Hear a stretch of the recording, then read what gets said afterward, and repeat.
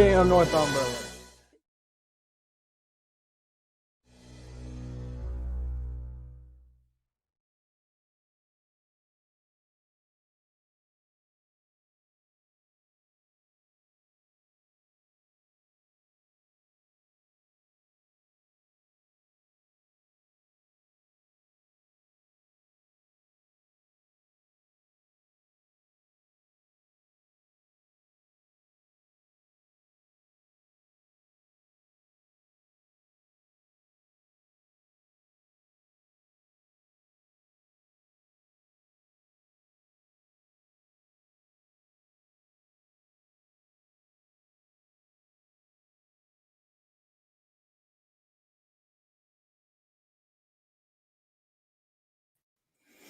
Sorry about that. Bit of a problem there with the stuff.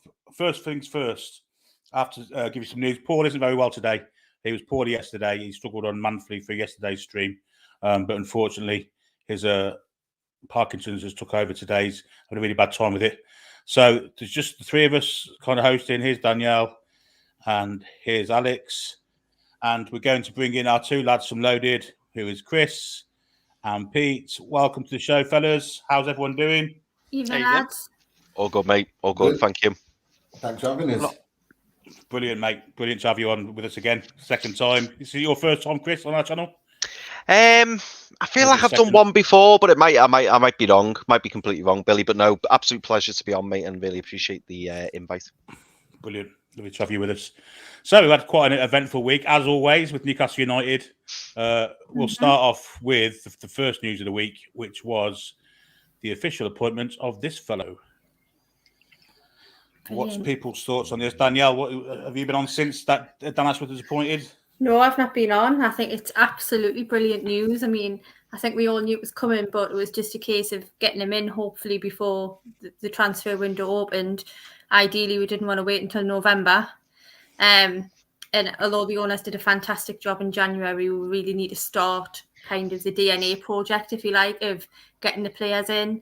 And I think it's absolutely fantastic news. I'm absolutely over the moon. Can't wait for the official announcement. Pete?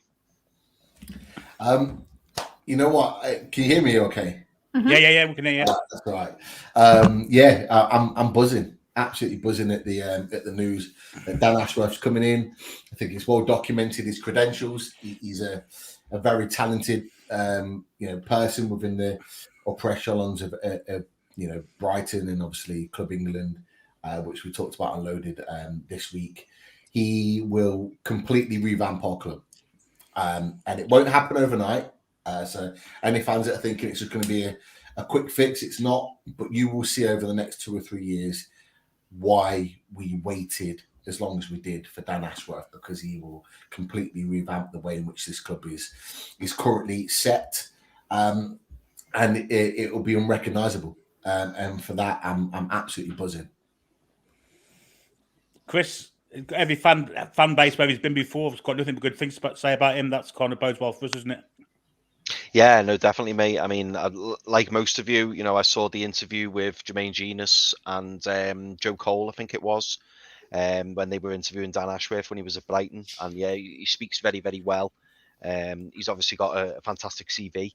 And do you know what? I think for us Newcastle fans, the exciting thing is, we're finally starting to build a club full of football people. We had Lee Charnley in the managing director role for far too long, and I think we were just used to kind of a shoddy management, if you like. But now we're starting to do things correctly, and bringing Dan Ashworth in, as Pete already said, very, very exciting, and it'll be interesting to see what he brings to the club. And I think it's only going to be positive things. I think he's going to be an absolutely fantastic appointment. Brilliant. Alex, do you think he'll be able to entice some of the players from Brighton that maybe we'd be after?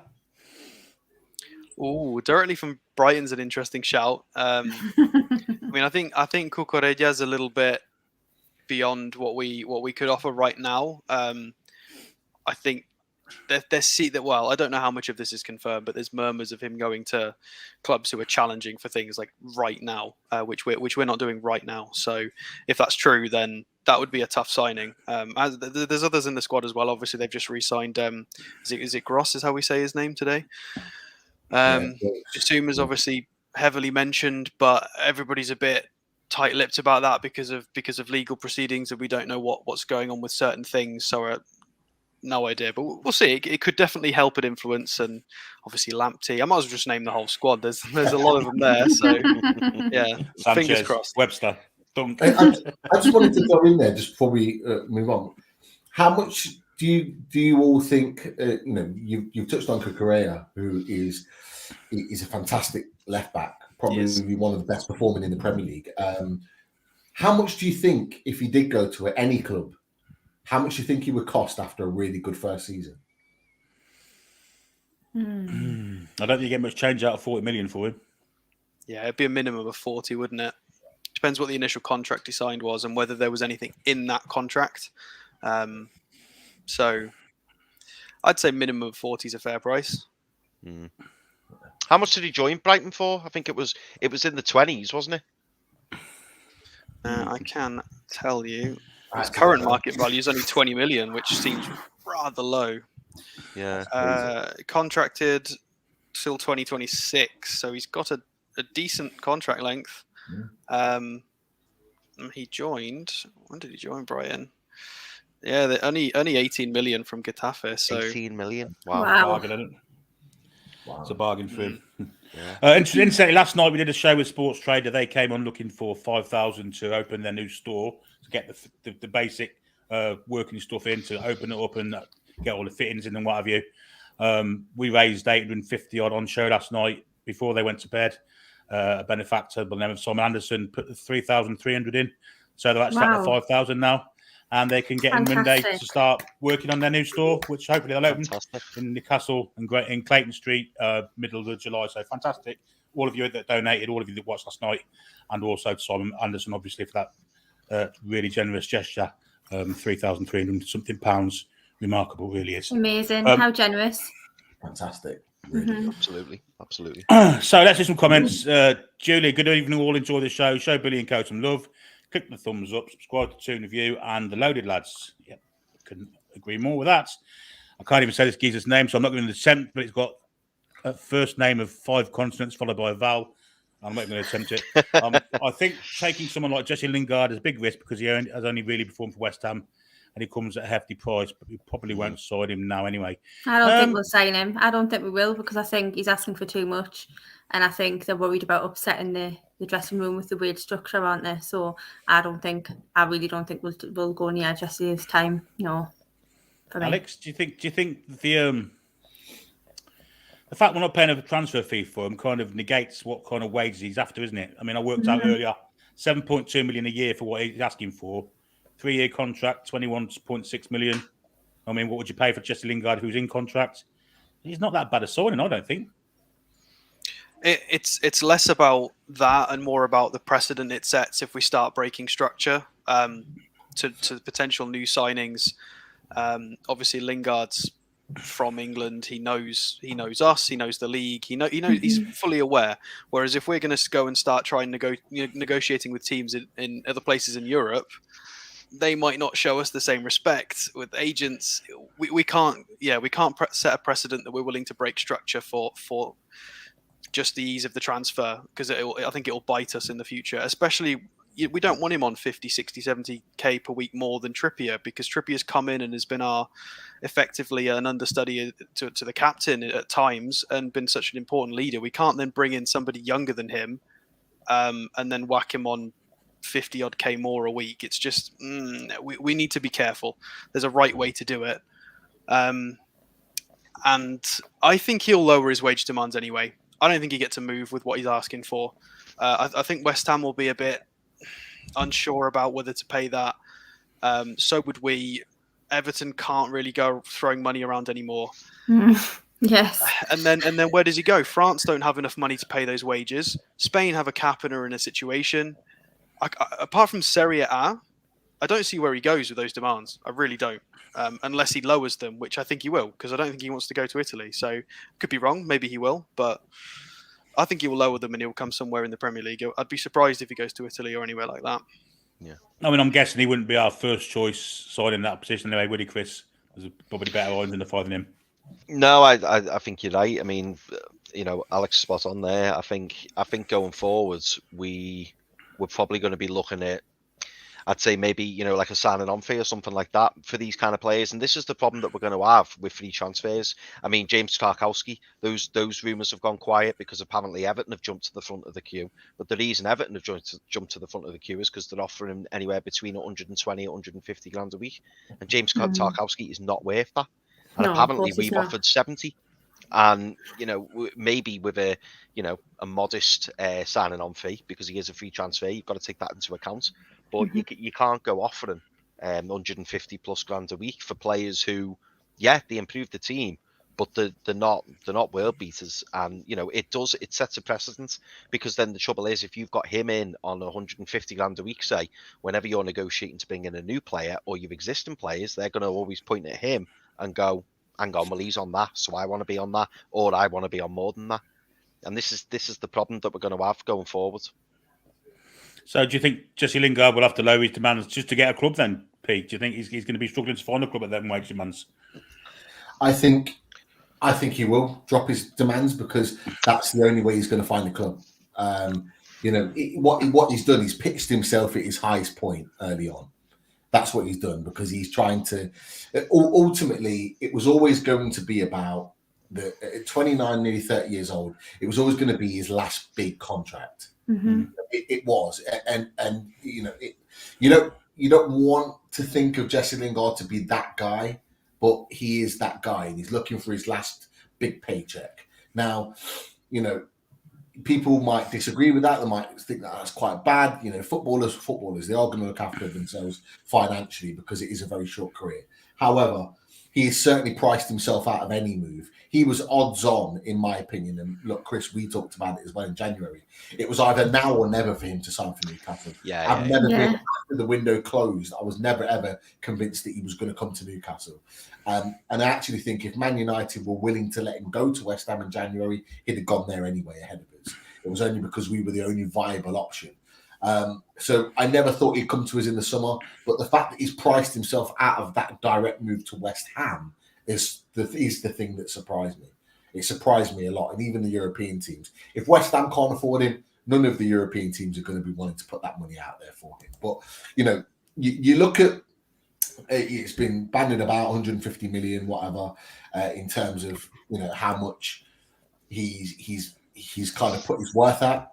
But I remember on one of our Fundraiser transfer shows, we had this discussion about, at the time, do we go for Ali or do we go for Lingard?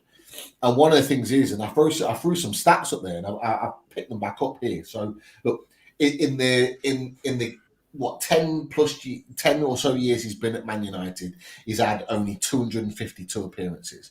For someone that spent that amount of time at Man United, that's not a lot. And this is in January, by the way. These were the stats in January at this point. He hasn't played a lot of football since then anyway. He's got 14 assists, 41 goals. Okay. That for me is not a player that is worth 150 million. Sorry, not 150 million, 150 grand a week. Yeah. Okay. And the huge signing on fee that you guys already alluded to, he's just not worth that. Nobody in their right mind would pay that money. And that money could go to better equipped players at a younger age. Do you guys agree with that? I've just thrown that out there. What do you think? Couldn't agree more. He has definitely put, and at his age also, does he benefit the team as much as a younger player would?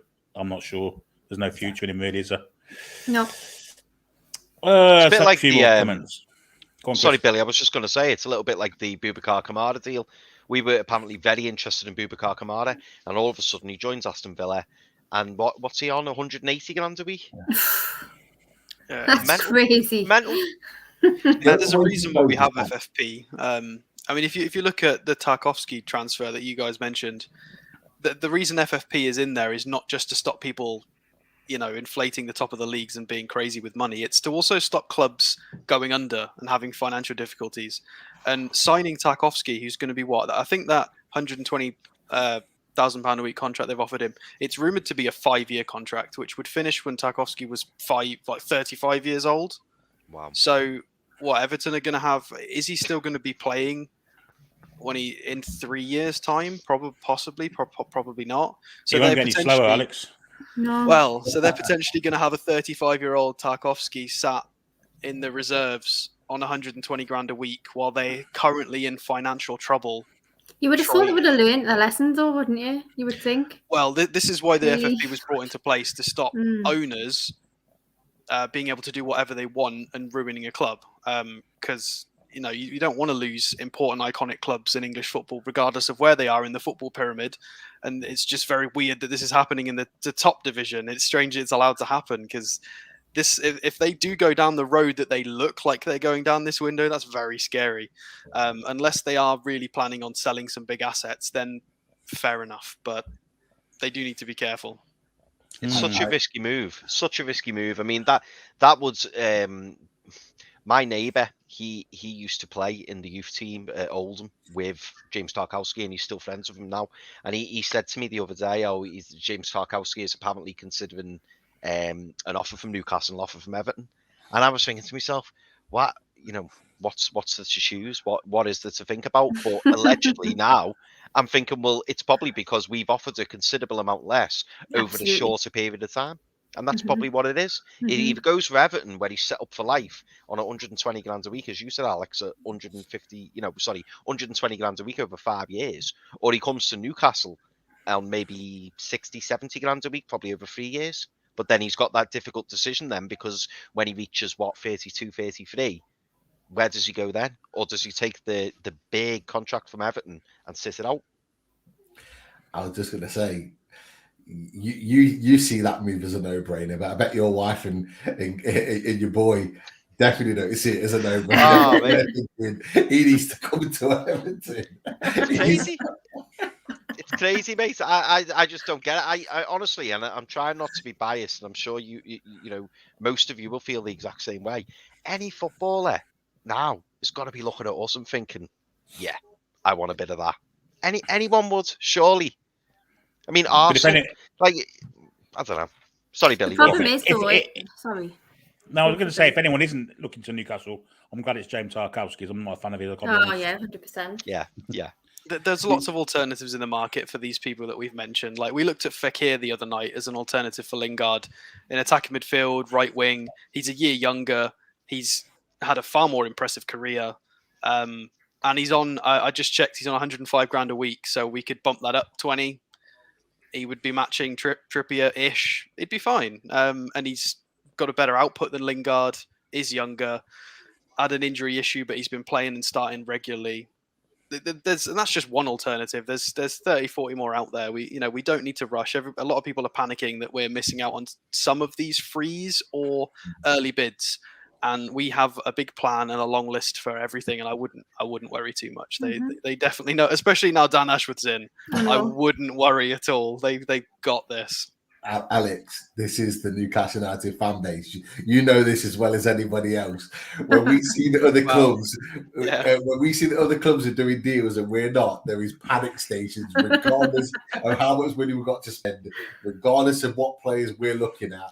I think the best thing for everybody, and I don't know if you agree with this, but as soon as whatever that first deal is, whether it's Ekitike, whether it's Botman or whoever it is, once that first deal goes through, everyone's just going to go. Yeah, no, you're right. I agree. I think they need to push this first deal through quickly, just for the publicity and just to calm fans down. No, 100%. I agree with that. It would help. I think they would have done, but the transfers in question have just got so many moving parts with Milan and Botman and Ekitike, and he's currently out in the Toulon tournament and playing international matches. There's a lot going on. And then Murdad getting trapped in Gatwick didn't help. Probably lost him half a day as well. Bless him. So, yeah, no, I agree, though. We need that first big signing through, whoever it is, just to calm the nerves a little bit. I can see an Alex stat sheet in the green room, but we're going to come to that in a minute. We'll do some comments first. James says, let's see what Ashworth can do, because we do need players ready for this season as well as players for the future. Yeah, I think we'll all agree with that. Charles says evening.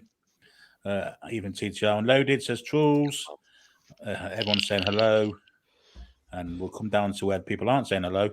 Here's one from Tom Lynch. Benfica away announced and a return to the Stadium of Light. The real one, not the minging rip-off with the shite singer tonight.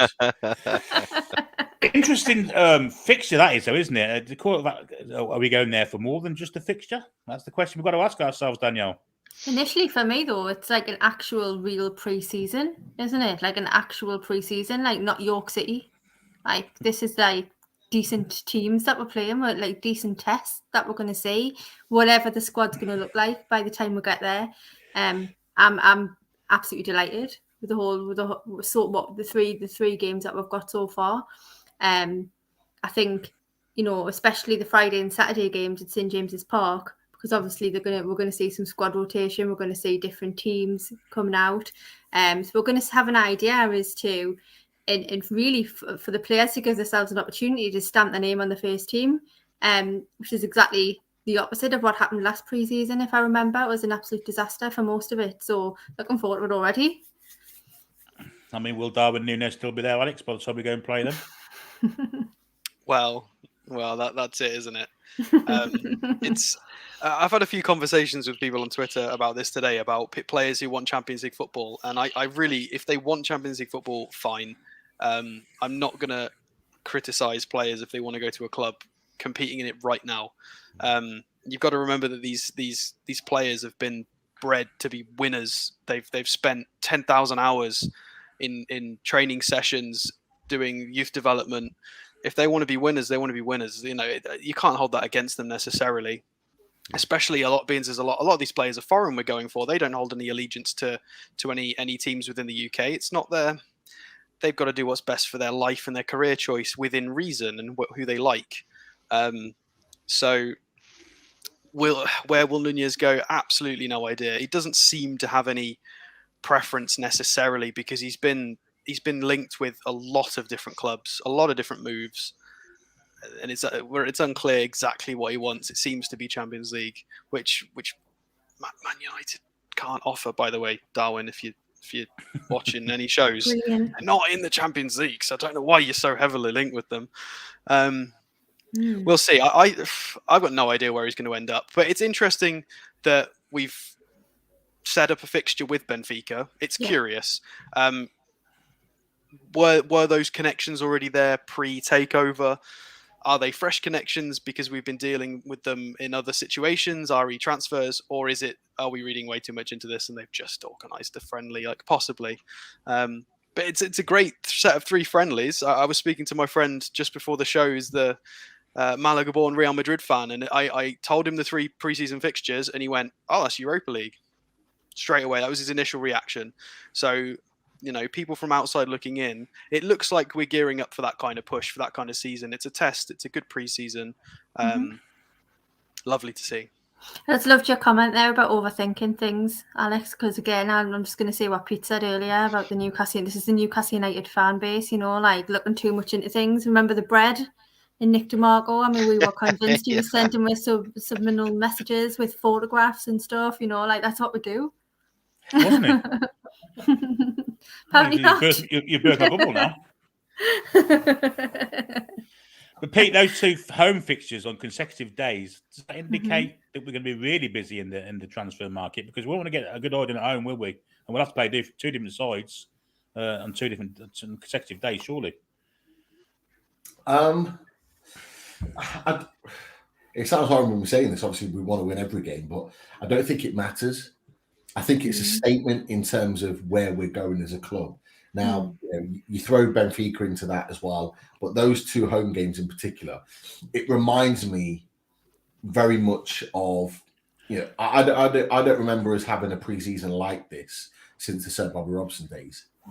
We used to have preseasons like this all the time, where we would play some of the top teams in preseason friendly, either travel to them or them come to us. Now, the one thing I think I said before, I can't remember who I said it to, but I said on that particular weekend, what we should do is make it the Sir Bobby Robson Cup and make it an annual thing, and have different clubs, whether they were managed by Bobby Robson initially to come and play against us on a back-to-back weekend, and make it a yearly thing, and invite top European teams to come and play at St James's Park. Because there's a lot of European players and clubs that don't really know about Newcastle because we've been kept.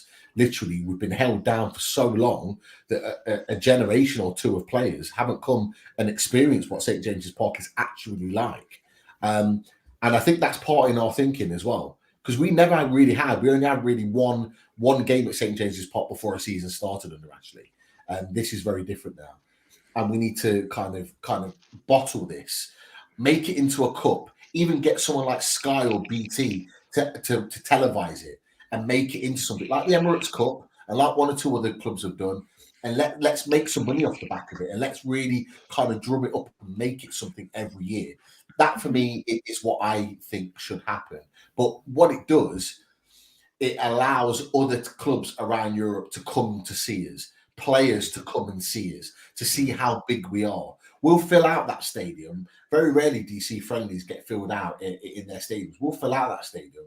And I fully expect to see our transfer business pretty much done, and all those players be kind of announced in one fixture or another to the fan base, and it's exactly what we should be looking at. This preseason now that's been kind of rehashed really quickly is by far better than that American one playing in the Ohio Cup. Way better and more entertaining. You've got people that have already booked flights to Benfica and are already going there. Like, there's already a buzz about it. It's just brilliant to see. It is. And Chris, it'll be like a welcome into any new signings we do have, plus a chance to kind of welcome the club back. It's been the first home game since the Arsenal game. So we can see those two fixtures being packed out, can't we? Sold out pretty soon. Oh, yeah. $1,000,000%, Billy. Yeah, absolutely. And if anything, as Pete said, it puts us a bit more on the map than what we are already. Potential players seeing the atmosphere, seeing what the crowd's like, what it's like at St James's Park, even in a friendly atmosphere. It's only good. And I think having the back-to-back games as well, it just generates that excitement, doesn't it? Because we haven't, as Pete correctly said, we haven't seen that for years. And I know that it means probably having to put out completely different 11s, but it gives the players an opportunity as well, because they'll be thinking this is my opportunity, to kind of stake me claim in for the place in the squad going forward. So I think it's only good, and really, really looking forward to it. Oi, Alex, who you got on your stat list? Who's the first bloke you got on this week, tonight? Well, I've gone with somebody new who we've never talked about on the show before, and who's only just been linked. He's not directly been linked with us, from what I can see. He's been linked with an array of English clubs, along with Bayern and a few others. So I've put him on the list as an interesting shout because we've never spoken about him. And it is Sasa Kalajdzic from Stuttgart, if anybody knows who that is. So it is this gentleman here. I think this is, before we dig too deep into it, we won't go crazy deep, because I think this is very unlikely, purely based on the fact that this is the Austrian Peter Crouch. 6'7", he's an absolute giant. I think if we hadn't have signed Chris Wood as an emergency backup, we might have been in the market for a tall somebody like this. But I think the fact that we got Chris Wood and he's still got 2 years left probably rules us out of anything like this. But we might be on the list, so why not have a little look? So he's not super young. He's about to turn 25. Very, very good player. Not many people seem to know much about him. He hurt his shoulder at the beginning of the season and missed the first half. So not a crazy leg injury or anything. It wasn't too bad. And his output is pretty bonkers, actually. Last year, 21 goal contributions from 23 starts. And this year, 7 from 13 starts. So not too shabby at all. Yeah. And just for a bit of fun, I popped Chris Wood's profile. So hang on a minute. Let's line these up nicely. Oh, so we're ready for the fun. Oh, no, it's not loaded. Oh, there we go. There's the difference between Sasha and Chris Wood. Wow. So apart from aerials, Sasha does beat him on everything statistically, whether that's passes, pressures, progressive passes received, anything that we like. Chris Wood doesn't do as well as Sasha. So he can win a few more headers. He wins 2 more headers, and that's literally all he does better. So kid's not bad. Very, very tall, very, very lanky. But upon watching some highlights, and yes, all I've seen is highlights. Unfortunately, I can't give game time to everybody we've been linked with. It's just too many. He does seem to receive the ball, get turn on the half turn, play players through with through balls, key passes. He's not just all about his size. He can use his feet. I don't want to go too much more in depth than that because I think it's a very unlikely transfer. He's just been connected to Bayern and various English clubs, so I thought it was good to have a little look at him, as he's interesting. I mean, for context, Stuttgart finished 15th, so they weren't a particularly strong team in the Bundesliga. Didn't score too many, had a very leaky defense. But the final 2 games of the season, he scored in each of those. They held Bayern to a 2-2 draw. He scored in that as well. So he's a good, competent player, and is probably the direction we might have gone in had we not got Chris Wood. So I think it's very unlikely, but I thought it'd be cool to have a look. So there we are. This Sasa Kalajdzic. I've never heard of him. Anyone else? Nope. No. No, I'll be honest, I hadn't, but I think it's interesting you just said right at the end, Alex, that it could have been an option if we didn't get Chris Wood. Now, I don't know what you guys think, but the way in which we're looking at, obviously we've looked at, it looks like we're close to getting Ekitike, and potentially there might be an option of getting another one later on in the window. I don't think we're going to go for that type of striker. I think we're going to look for a more mobile striker, someone that's got a little bit of pace. You look at the players that we've been linked with. The one constant to that is that they're all pacey players. They're all players that are very quick, that can get about the pitch, and I think that's why we'll probably keep hold of Chris Wood just as an alternative. But you know what, his output, considering he only played 15 games and had 13 starts, is actually pretty good. I was very impressed with his previous season. 21 goal contributions from 23 starts. His XG matches as well. He's not overperforming. He's hitting his XG. He's scoring what he should be scoring. He's only got 1 year left on his contract as well, so that's worth a little. Just throwing that out there. So it is a cheeky little, and he's capped at international level. 12 appearances for Austria, 4 goals, 54 appearances for Stuttgart. He's not bad. Possibly, not what we need, but if they hadn't got relegated, that'd have been ideal signing for Burnley, wouldn't it? Especially with Ashley Barnes, the Austrian up front with him. Interesting. Yeah, very. Let's have some comments here. Pedro says, I know Paul doesn't rate Nathan Ake, but I would be happy if we got him. Myself and Alex would be happy also. Danielle, yeah, would you be? Absolutely. I watched the show the other night. Absolutely agree with you too. I think, take him. He's definitely better than what we've got. And isn't that the whole point of this rebuild, is that we need to be careful? And I watched your show, boys, the other day, the show that you did with Jordan and with Lee. And what you were talking about in terms of expectations and the fan base about, we're going to go for these top players straight away. Yeah. And I think we need players to get us in that position to be able to get the top players, if you like. So yeah, I'll take Nathan Ake, absolutely. Pete?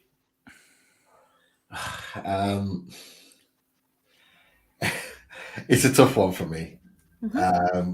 Just say no if you want to. If you look at January, would I have took Nathan Ake? Yeah, and I think we openly talked about Nathan Ake would be a good option. But because we've got Dan Burn as a left-sided centre back, we need one other. And if you're asking me whether I'd have Sven Botman or Ake, I think that's a no contest for me. Absolutely. Day of the week. And that's my overriding feeling, is that if we get Ake in, it means that we don't get Botman, because we're not going to sign 3 left-sided centre-backs. No. That's just my mindset. So look, if he was a last resort option and all the other left-sided centre-back options that we are looking at potentially don't come about, then I would take him. But he's not in my. He's on the list, just a bit further down. Yeah, probably top 5, top 6, maybe. Chris, you have the same opinion? Yeah, I think so. Yeah, I've kind of a bit like Pete. I'm all set for Botman, to be honest. And the the rumours or the whispers that we're hearing are quite positive, and I think Botman should be the one that we go for. Also, as well, Danielle, you'll back this up if you saw it on Wednesday. I suppose it's about us bringing in players who are at the right price. So the players whose stock's fallen a little bit, and Ake is one of those players. He's still a good player. You know, you don't end up at Man City under Pep Guardiola by accident.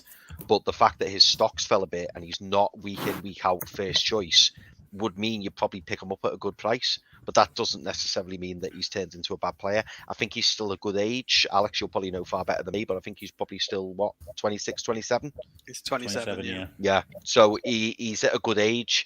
So if Botman doesn't come off, then yeah, great. I think Ake would be a really good signing, and him and Dan Burn fighting it out for that left centre back position would be great. But yeah, I'm firmly fixated on Botman at the minute. How much would you guys pay for Ake? How much? That's a good Because didn't he go to Man City for like 40 million? How much would you pay for him realistically? And like all of us, like how much would we pay for Nathan Ake now? Like, because the one thing I'll add in there before you guys answer, is that at the back end of last season, they were playing Fernandinho at centre back rather than him. He was on the bench. Yeah, and they were prioritizing Fernandinho. They were talking about a centre back crisis, but they had Ake, a left-sided centre back, on the bench that weren't even getting minutes. Ahead of him was Fernandinho, a defensive midfielder. But like, so what would be a realistic price at this point? 25. Yeah, I think that's a fair point. Yeah, I think that's fair. Somebody's been looking at his transfer marked. Yeah, it's 25. Oh, they are. Yeah, his contract is until Good shout, 2025. So he's got 3. What year is it? He's got 3 seasons left on his contract. Does he? 22, 23, 23, 24. Yeah, he's got 3 seasons left on his contract at 25 million euros. He's valued at. So, to be fair, I agree with what Pete said before. If it is as a general statement, would I take Nathan Ake? Yes. But in the context of what we're doing, which is trying to bring down the age of the squad, specifically the defenders, we need to go down the young route. Where the Botman doesn't come off, I think we need to continue down that route and try and get a solid, younger left-footed centre-back. I think looking at these competent ones is more of a, oh dear, all the young ones disappeared and we need something for 3 years because it didn't work. It's more of an emergency, but I still think we should go down the young route like we're trying to do. So it's about context. If we hadn't have got Burn, then yeah, this could be Burn, but we've got Burn and he's fine, so it's not needed. Would Alex, do you think, and everybody else, you know, would you think 25 million would prize Lloyd Kelly from Bournemouth? Maybe. And he's far younger, isn't he? We do have rumoured players he? going the other way, so we might be able to. Prices with Bournemouth might be a bit wonky with what we do going the other way as well. So it's up for debate how that would work. Lloyd Kelly's 22, I think. He's their captain, right. A 22-year-old centre back. He's very, very tidy. I'll have a look. And he is left-footed, isn't he? Yeah. Ex-Bristol City, of course, isn't he? So they'd be in for a win forward if we do buy him. Oh, yeah. no, he's going to love that. Anyway, folks, if you are enjoying the show, hit the thumbs up button, and then please consider becoming subscribers to the channel, and even members if you love us that much. And also the guys down below, Chris and Pete, they come from Loaded Mag NUFC. Get yourself over to there, subscribe to their channel. They do some fantastic content on there, awesome guests, awesome shows. So get yourself subscribed to them and consider being a member of their channel. Also, we are in collaboration, the Toon Review and Loaded Mag NUFC. And every week on either one of our channels will be a show with us all on. So fantastic stuff, great collaboration. It's great having them on board with us. Let's do some more comments. This project is more worth than some of the money grabber players are taking so long to them. I'm not sure what that means. Carl says, go, Billy. Adam says, let's go. Jamie says, watching Loaded Lads the other night, and Lee was asked who would he take, Fofana or Paqueta.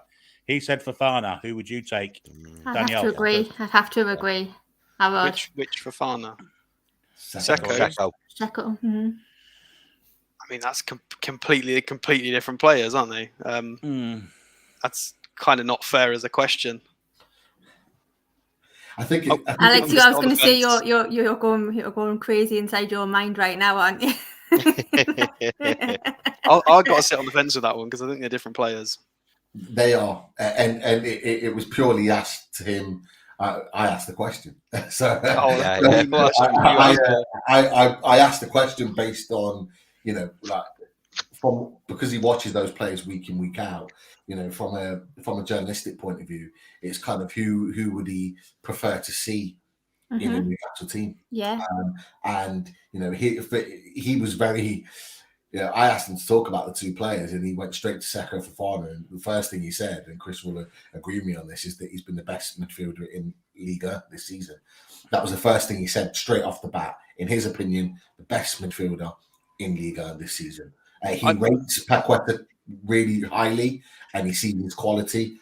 And he's talked about him before, so he knows how good he is. But he just feels like at the age he's at, with what he's got on offer, he probably would be better suited. But look, I would probably take Fofana purely because I think we could just push everybody else forward. I think if we had Fofana, we could just play Bruno further forward anyway. And because then we'd have Joelinton and Fofana. Like nobody had touched the ball. Nobody would be able to get hold of the ball. It's just double destroyer. It would be ridiculous. I mean, don't get us wrong at it either. Like I'm not being, I mean, I was going to say flair and excitement, Paqueta, yeah, but Fofana's just I mentioned this the other day. We are lacking that. I don't want to say Yaya Toure, but apart from NDD, we really are missing that West African. Like we don't have those powerhouse midfielders right now in the league. We used to be quite famous for having that as strength, and it's apart from NDD. I don't know. It'd just be nice. I think somebody like I think we need those sorts of transfers in the league. I think it would be nice to see some more powerful teams as well.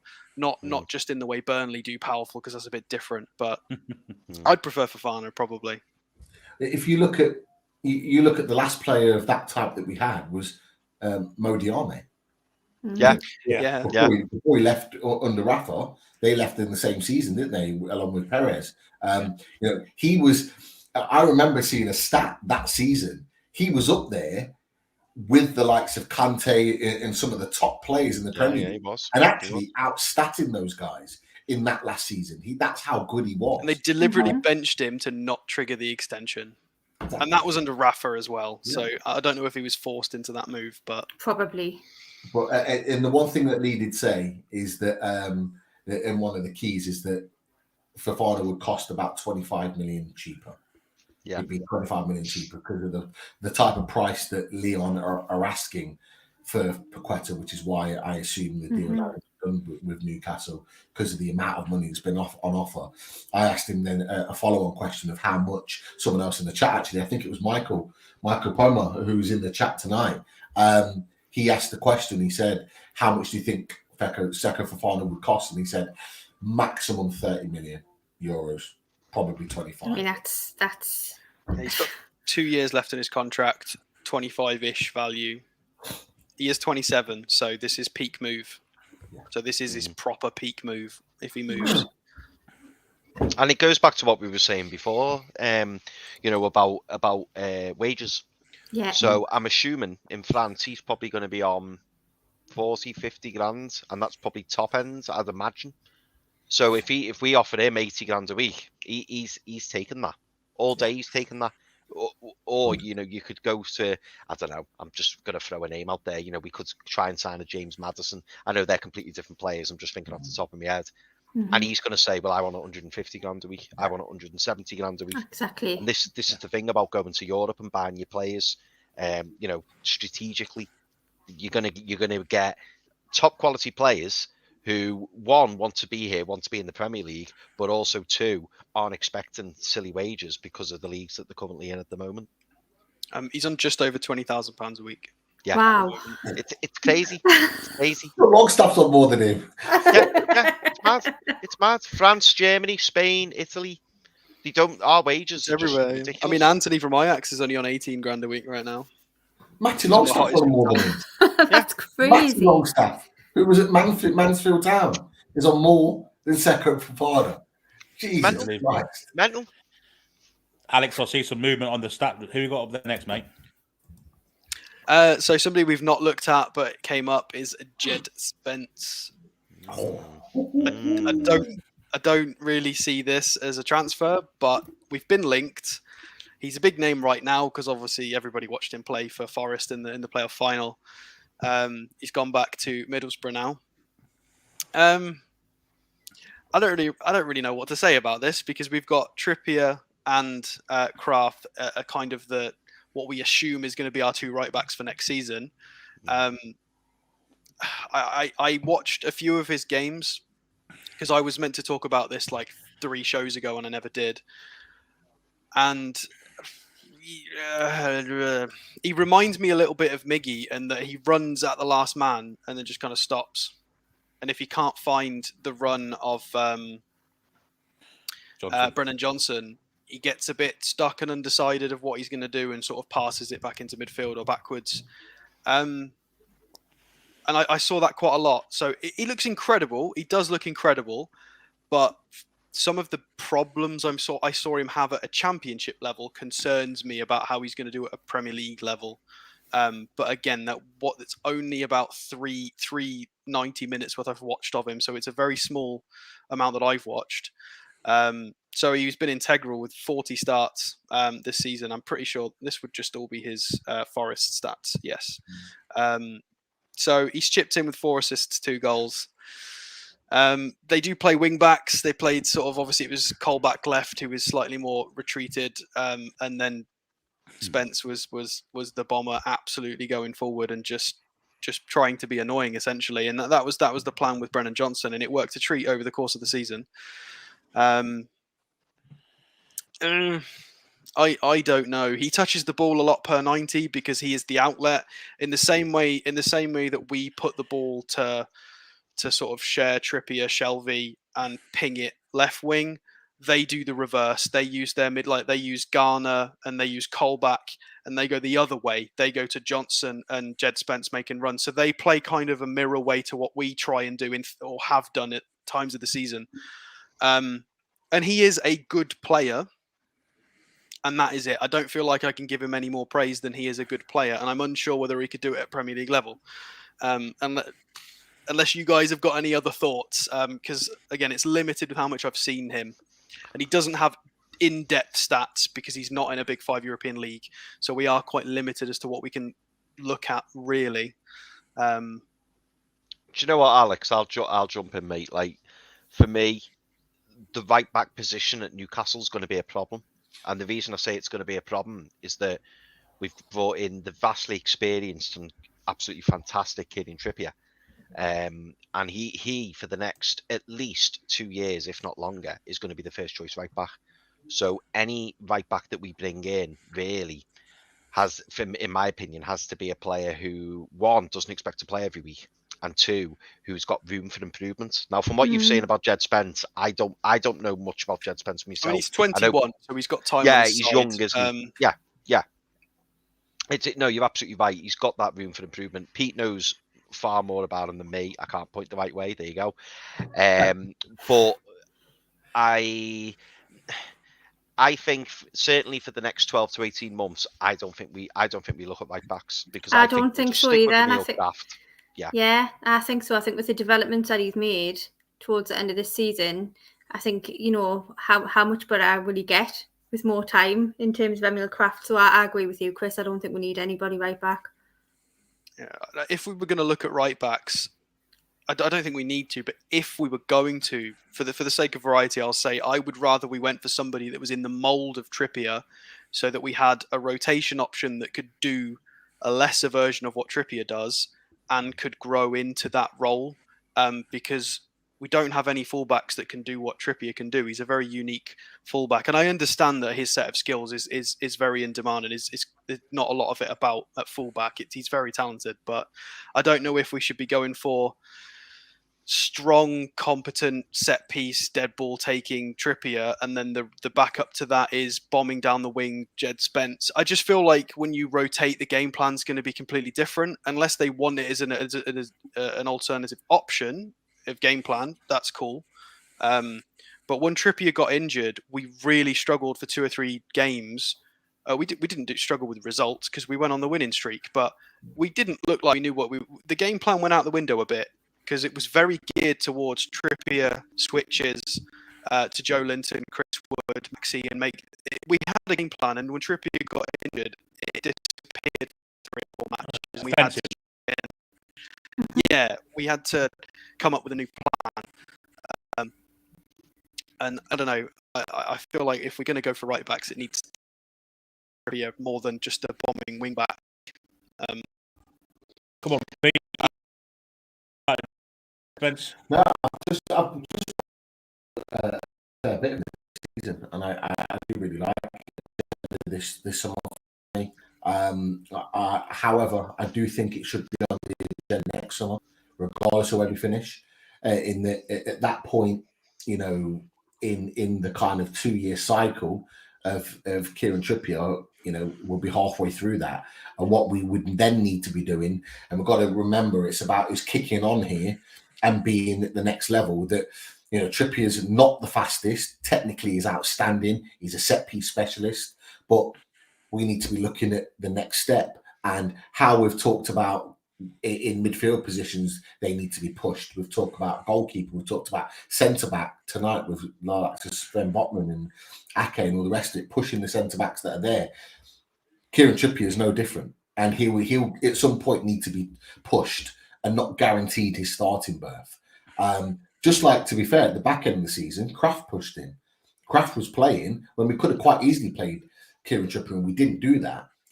But long term, he needs to be pushed. So I think next summer, the right back situation should be on the agenda, and the key to that will be is that Jed Spence, fingers crossed, it gets finalised and that he stays at Forest, and that he'll have a year in the Premier League. So we'll be able to see firsthand whether he's up to it. He'll either perform at the highest level and really kick on, and show that he's Premier League level, or he doesn't, and we look elsewhere.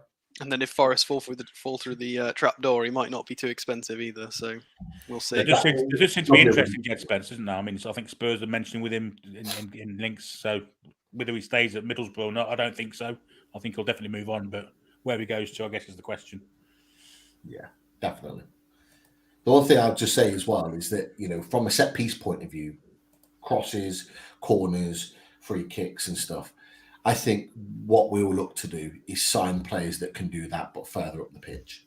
Mm-hmm. Your midfielders, your wingers, your forwards.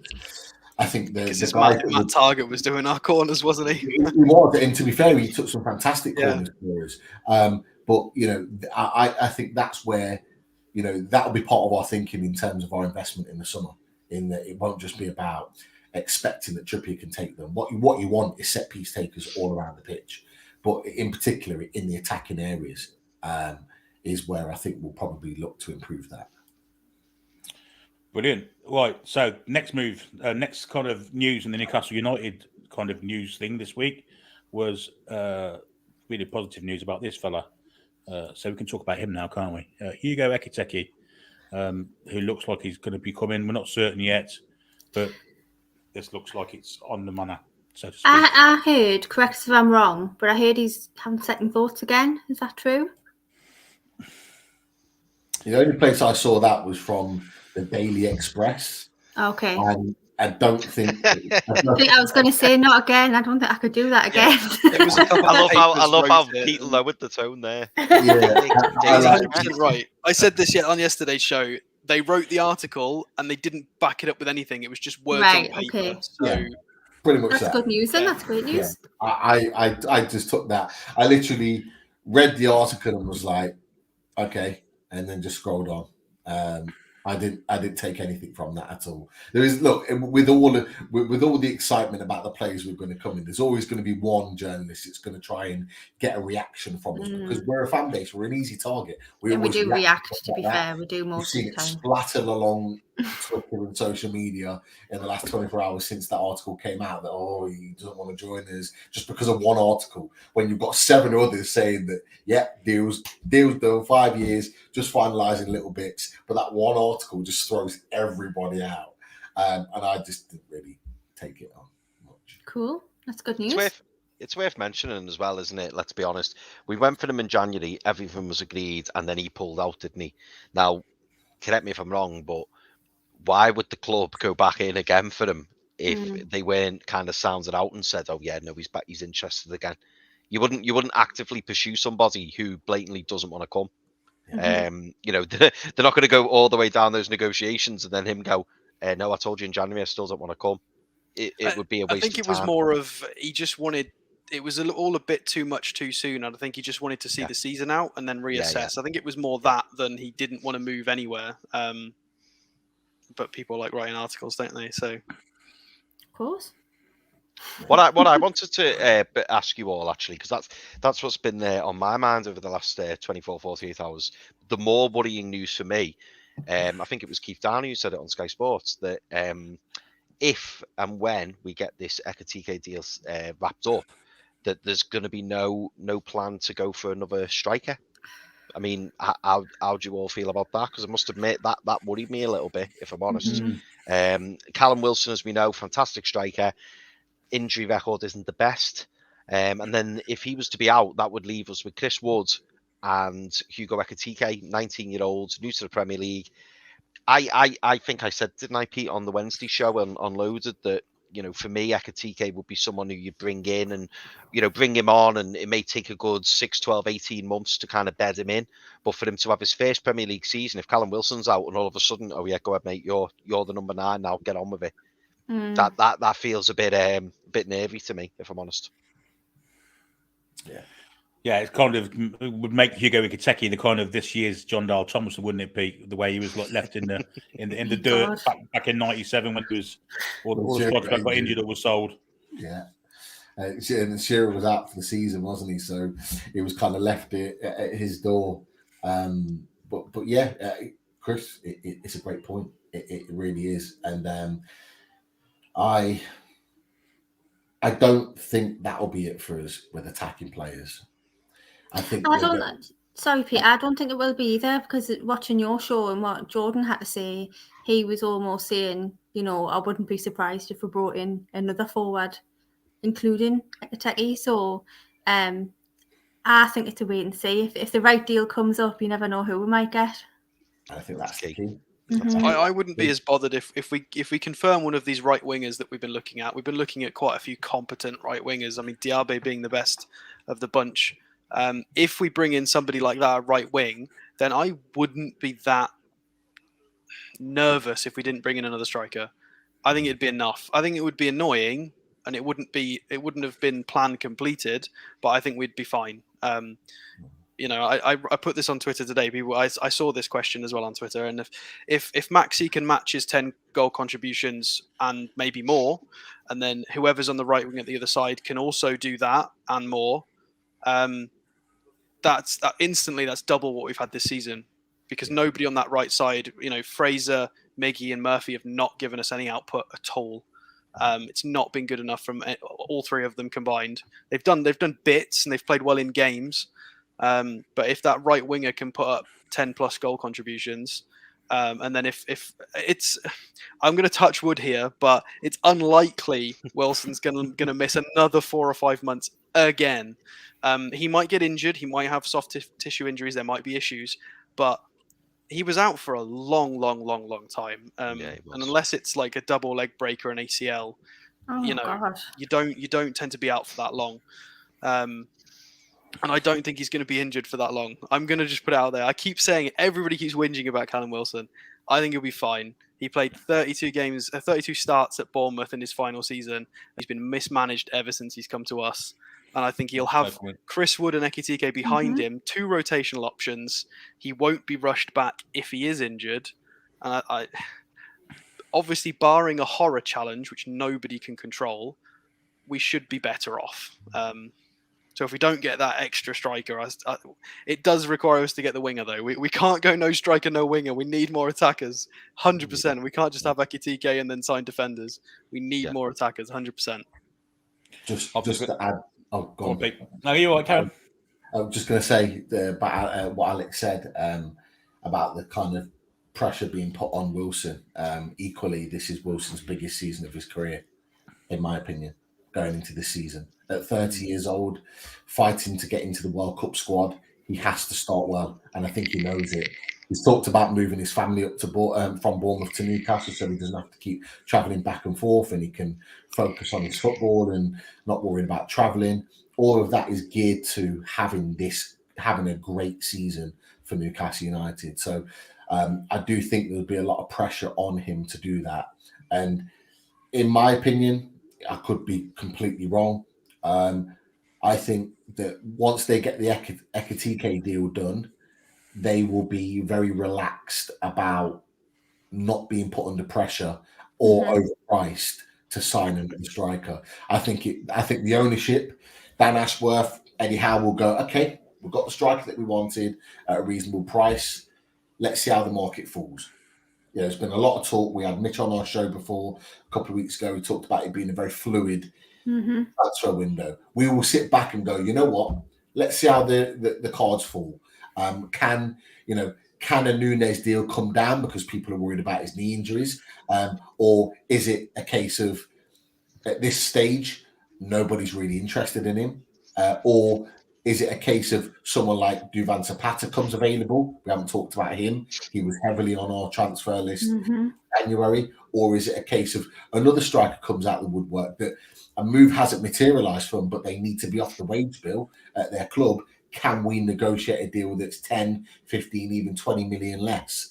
And Newcastle will be set with that. If it doesn't come about, I think what they'll do is they'll just take that money and move it to January. And then halfway into the season, like we did with Papi Cisse and various other players, will go, okay, let's have a look. And can we improve the squad in January? Is there a player that's not playing any minutes, could do with a loan in January, pluck him out to improve us? And I think they'll just sit back and go, you know what?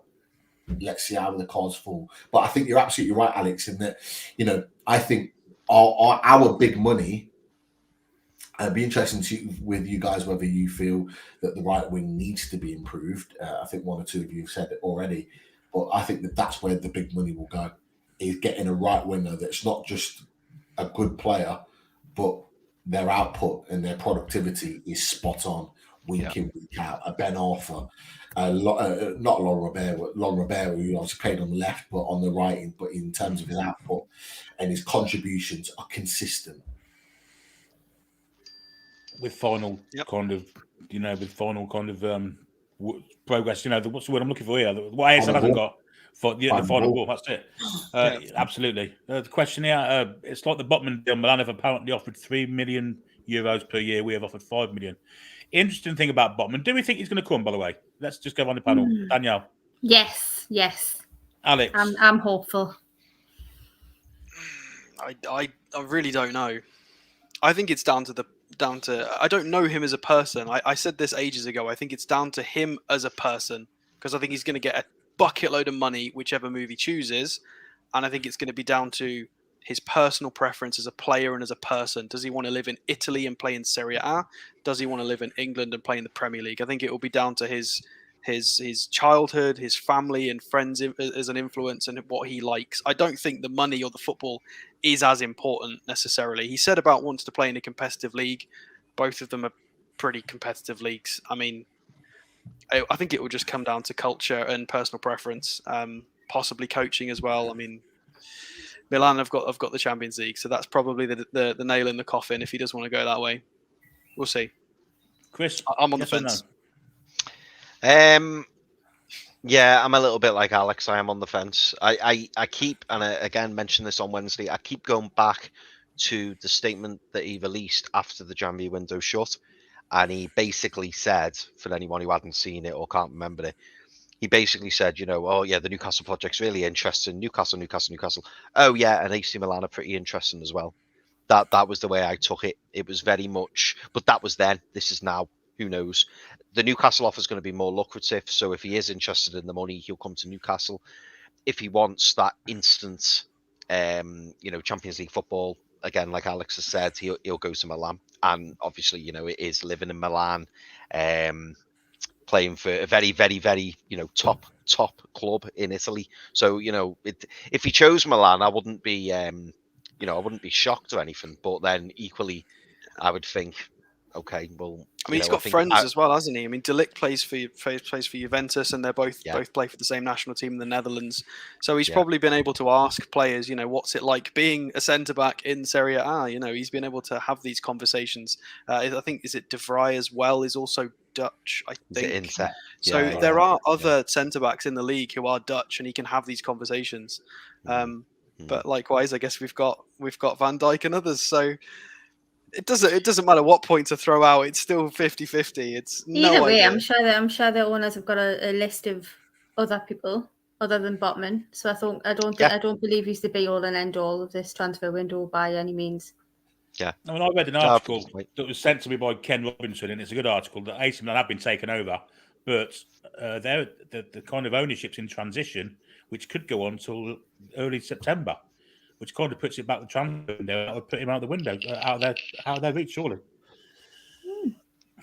Well, look, my simple answer to Sven Botman is, you better fucking sign for us. Because he's on. Look, it's clear to see he's our first choice, and I can't remember who put this out. It might have been Sean, but Sven Botman signing for Newcastle is a game changer. Because having us go up against AC Milan, who are Serie A winners, Champions League football, they've got in under their grasp, and what he chooses Newcastle.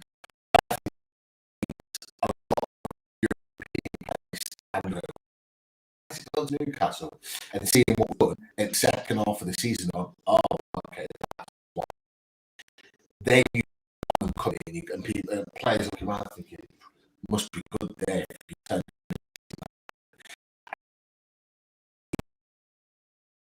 You guys just mentioned it. Let's taste a bit. It's a classic in Serie A. A fantastic centre back who had great potential. I was thought being, as good as Van Dijk. Van Dijk's partner for however many years, one of the best centre backs potentially in the world, and then just for that. The one thing I'll say about Serie A is that what you'll notice, or what we might seem to notice, is a lot of clubs flip flop. So AC Milan, yes, won the league, but next season might not do well at all, might not even get in the Champions League if Roma have a good season. Napoli improve. Juventus hit back in good form. And people might not be talking about him in the same vein, whereas I think his skill set is perfectly suited to Premier League football. And I think we, in England, could take him on to the next level with his set of skills. I think he's better suited to England than he is Italy. But yeah, you better fucking sign. He's a hell of a player. Alex, do you have any more players on your stat list? I mean, I had Lingard on the list just because he's been mentioned again. I brought Ekitike up again. I brought Zaniolo back up as well, purely because he apparently rejected us today. To which I'd say, okay, whatever. That's fine. You've been injured for 529 days since you've been there. I can just imagine you on the transfer committee, Alex. Whatever. Well, I mean, once upon a time, he was one of the best young prospects in the world. But if 6th place Roma and Mourinho have gone, not what I want to push forward with this team, then why would he be the answer for us to push forward in a similar fashion with the added risk of the insane injuries he's had? And he's not been particularly good when he's played this season either. He's been okay. His output's not great. No, absolutely not. That's fine. You reject us, Nicolo. You go ahead, my friend. It's not a problem. We've got a big list. Sorry, that angered me today when I saw that. It really annoyed me because I don't think he's good enough to be. No. It's not his fault as a person. It was journalists, but still, it's still frustrating as a fan to read. What you've got to remember though is that we're on a long journey. So when we reach our destination and win Champions League and we're competing for the title, these kind of players will be banging down the door saying, I want Champions League football. Can I come? We'll have agents hammering the owners and Dan Ashworth every transfer window saying that this player's available. it's just at the minute we're in that, intermediary section where we've just got to get to on that road, if you like. So we just need, like I said earlier, just enough to be able to get us there, and then the rest will take care of itself. But we won't forget being rejected, will we? Let's put it somewhere, Alex. The names are going on the list, obviously, but Just a funny stat about what Pete was mentioning, that Sasa Kalajdzic has actually got the 18 pressures per 90, because you were talking about mobility and energy, and Ekitike actually has 18 as well. I thought that was quite funny. So they pressure the same amount despite the fact that he's 6'7". And we'll just leave Ekitike on screen because I'm sure people would love to just have another look at who he is. I did want to ask you, Pete, what do you think about his XG? Because he was only meant to score 5 goals and he scored 10. Should we be bothered by that? Or obviously he's incredible talent anyway, but I don't know. I think we should be excited by it, because I'll tell you what, it seems like the French national team are excited by him. They're excited about him. They see him as one of those strikers for the future, and they see him as someone that's got massive potential. So, yes, you could argue that he's overperformed, but actually, what we would like to see over the next couple of years is that we see it as not overperforming, but actually that's the level that he's at. I don't see that as a bad thing at all. At 19 years old to be performing like that, I think we should be excited by it, because you can always see the negatives and things. They've overperformed, or they can be consistent with that. He might well not be next season in terms of his XG, because he might be slightly more bit part with Newcastle.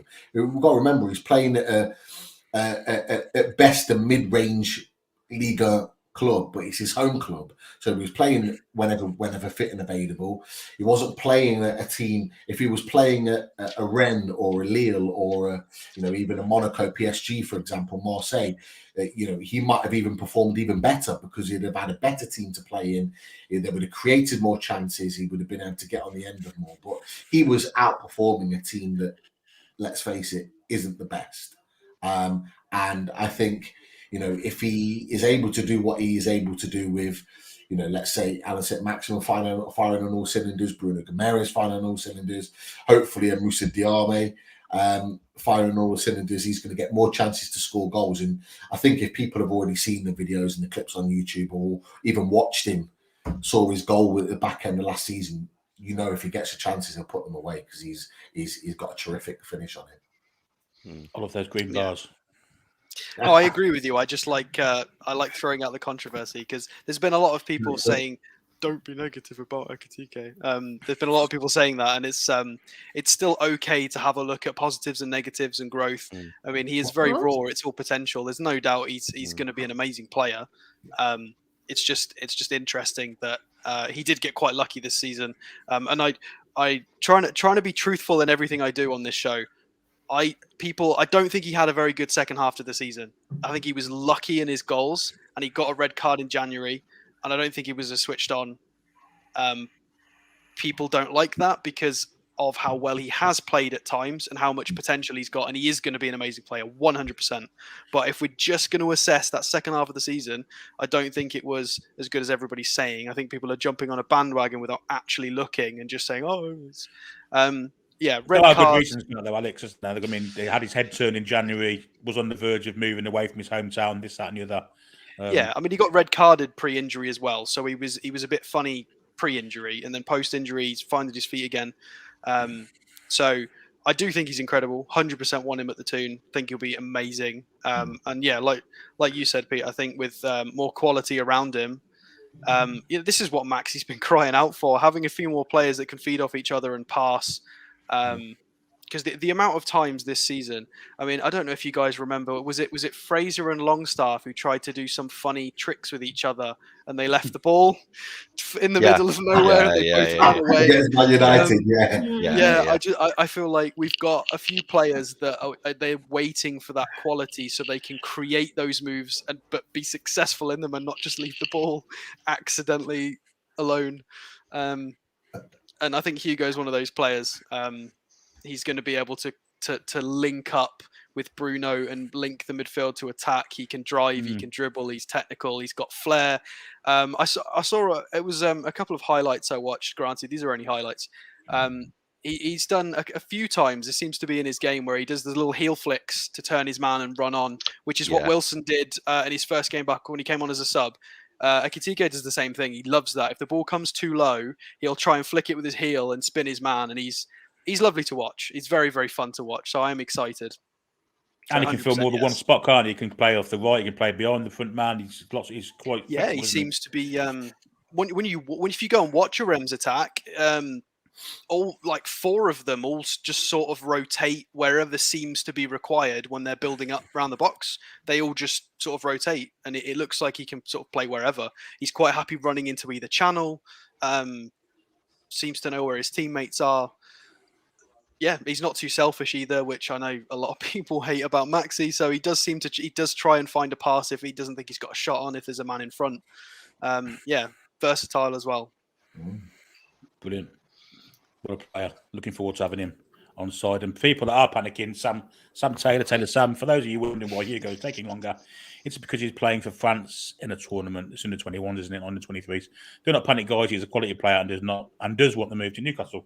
So he kind of knows things that we don't, but it's a positive one, so we'll go with it. As well as Paul being poorly, Martin's been poorly of late, hasn't he, lads? And has he? I didn't know. He's in the chat tonight. He's on the mend, he says. He's not doing too well. So get well soon, mate. Get yourself back on the stream. So kind of look forward to seeing you soon. And I've neglected the chat somewhat. I am kind of 45 minutes behind, but we'll come through some of these things. After Newcastle have won the League Cup, the FA Cup, the Premier League, the Champions League, I want us to win the boat race and the Eurovision Song Contest. Clean sweep. Sam Fender, Johnny Depp duet. Yeah. Alex has heard of players before their parents have even given him a name. Well, there you go. His reputation is preceding himself. Martin, glad you're feeling better. Take care of yourself. Absolutely. We'll echo that sentiment. I don't know who that is. Can we sell Chris Wood is the question Rochi asks. We aren't going to sell Chris Wood. We won't. I think they'll be here next season. Nobody will be able to match his wages. Yeah. Chris, will match 100 grand. You want to buy him? Chris, I think if we said anything bad about Chris Wood, I think Mark would be on. It would be itching to get on to the show straight away just to have a go at it. Even now, you could start talking about what a great captain Jamal Lascelles is, and that'd get him on like that. Yeah, that'd kick him off. Yeah. What does he like about Chris Wood? What are we missing? No, look, to be fair, Martin's always kind of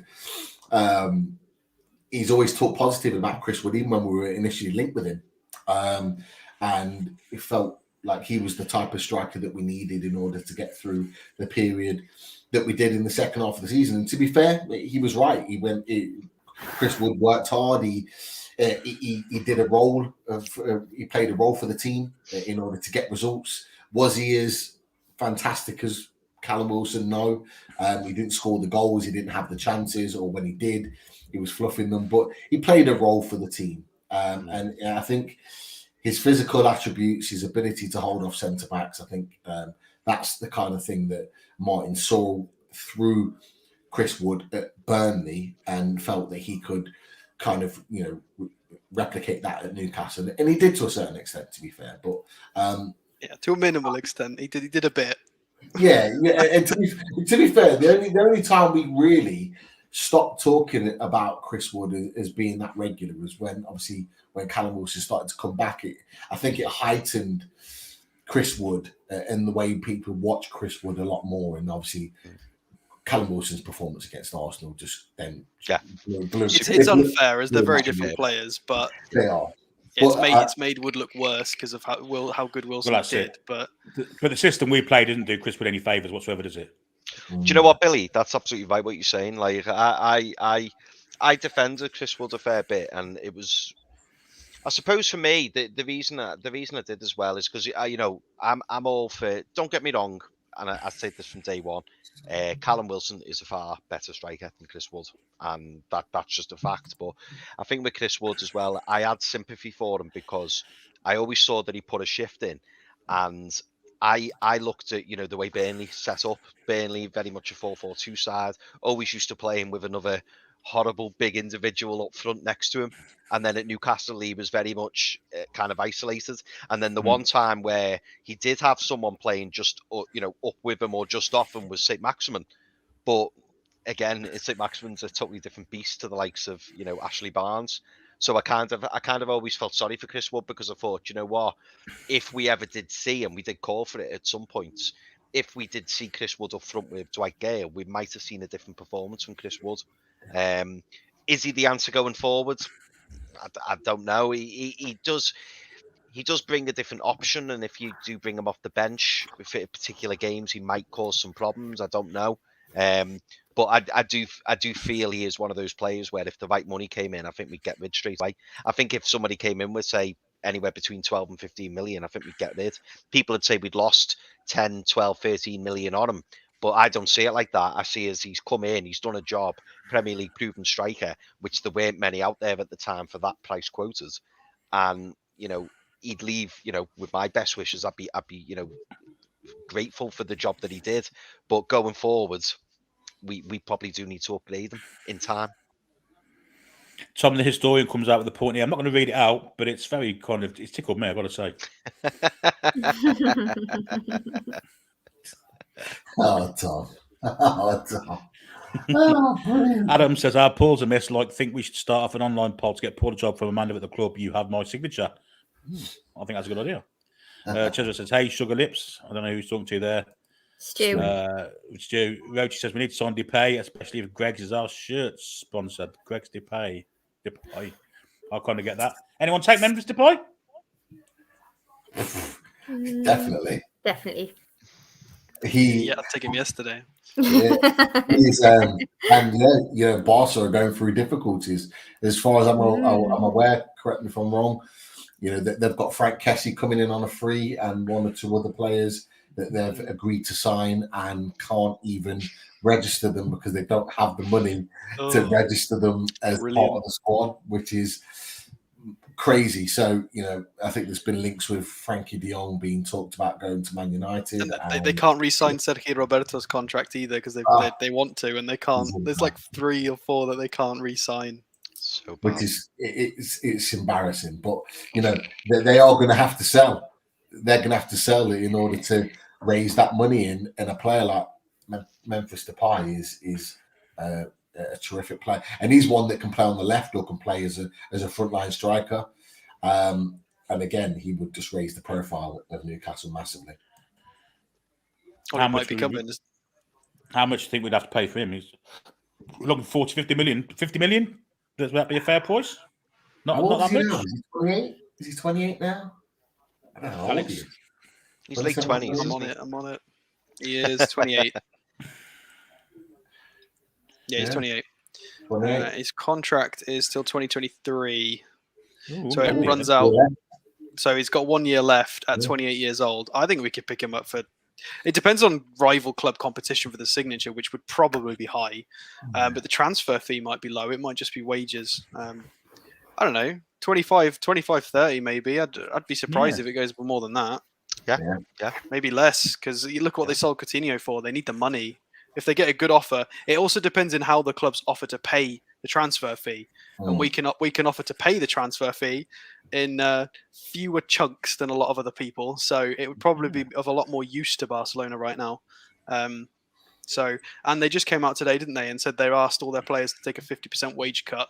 I don't know if that's confirmed, but that was what the papers were saying that he's come out. So that's a big wage cut. Bar the ones on a new contract, Alex. Yeah, all the ones that didn't, recently re-sign, That's still crazy, though. Yeah. And he's got a point to prove in England. He'd be hungry, I guess, as well, wouldn't he? His episode at Man United. Definitely. James Shrimpton just put in the chat, and I'm assuming he's talking about Memphis Depay. He was a free transfer, and they want 16 million for him. 16 million? That can't be right, surely. Can't be right. Hands not off. What, Depay? Yeah. What's happening with Dembele? Because he was meant to leave, wasn't he? And he didn't. And I'm assuming he hasn't signed a new deal. So he did sign a new deal. I think he did, didn't he? No, did he? He's not signed a new deal. It fell through, didn't it? Yeah. Anyway, he must be free. We have a £10 super chat from Andrew Grange. He says, "Hi all, discovered your channel this season. I've got to say, Alex is an absolute credit to the channel along with you all. Brilliant football brain, but can he play football?" There's the question.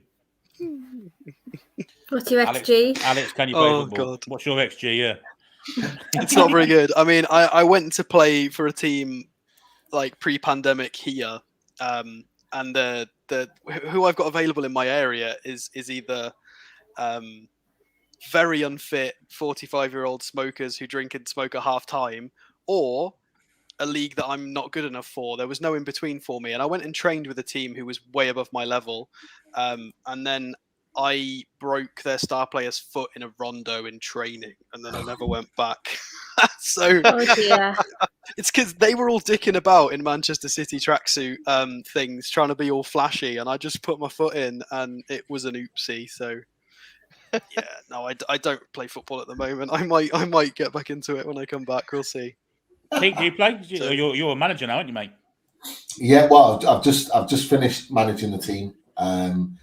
Just time commitments didn't work out, but yeah, I retired just over a year ago, just through back problems and various other injuries over the years. But yeah, played. I was at Sheffield United Academy as a teenager.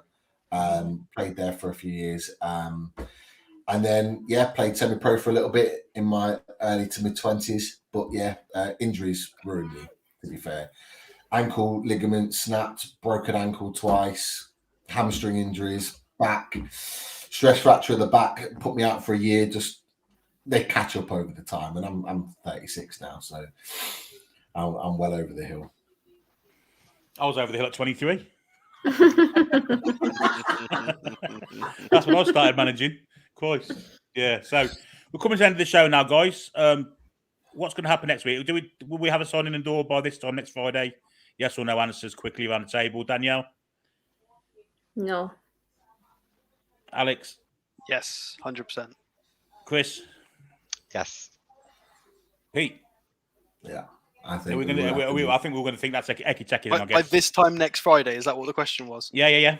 Yes, I think so. Yeah. I think so. Brilliant. So that's an hour and a half, and it's flown by. A great show. We've had over 600 watching, so thanks to you guys out there watching us, and also thanks to Super Chats. Get yourself Well done, subscribed. Billy. Good job. Cheers.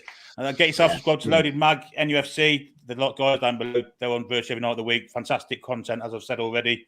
They have great guests, and it's a terrific channel to watch. They're in collaboration with us. We're on most nights of the week also. So if you haven't already, subscribe to us. There's also membership options on both channels. So if you'd like to consider those, that'd be fantastic. What you got coming up on Loaded, lads? Well, the Fully Loaded Transfer Show is going to be back next week. Yeah, really, really good chat about all things transfers with Jordan Cronin from Newcastle World, and my brother Lee, journalist at Mail Online. So yeah, we'll be back talking more transfers, and hopefully there'll be a few other bits of movement between now and then. So that's next Wednesday, and then we'll have a Loaded Mag show at some point, and I'm sure we'll be welcoming Paul, if he's feeling better, onto Loaded H. Well, I was about to say Loaded HQ. It's not Loaded HQ. It's the Loaded Mag at UFC now. The new name even got me. But yeah, lots and lots to be coming up next week. So keep an eye on that. And like you just said, Billy, anyone that's not a subscriber for Loaded Mag NUFC, just click the subscribe button. We're linked to the Toon Review channel anyway, so if you go in the added information on YouTube, you'll be able to see our link. Click our link, give us a sub. Like you just said, we're in collaboration, so we'll be getting together at least once a week to talk all things Newcastle. Indeed, we will. Thanks for coming on, guys. You've been a fantastic guest as always. Knowledge and parallel knowledge to you is fantastic to have you on. And Daniel and Alex, also, you two are fantastic. Thanks for all of you, four of you, for helping me out. And all I says is just say good night, stay safe, and away the lads.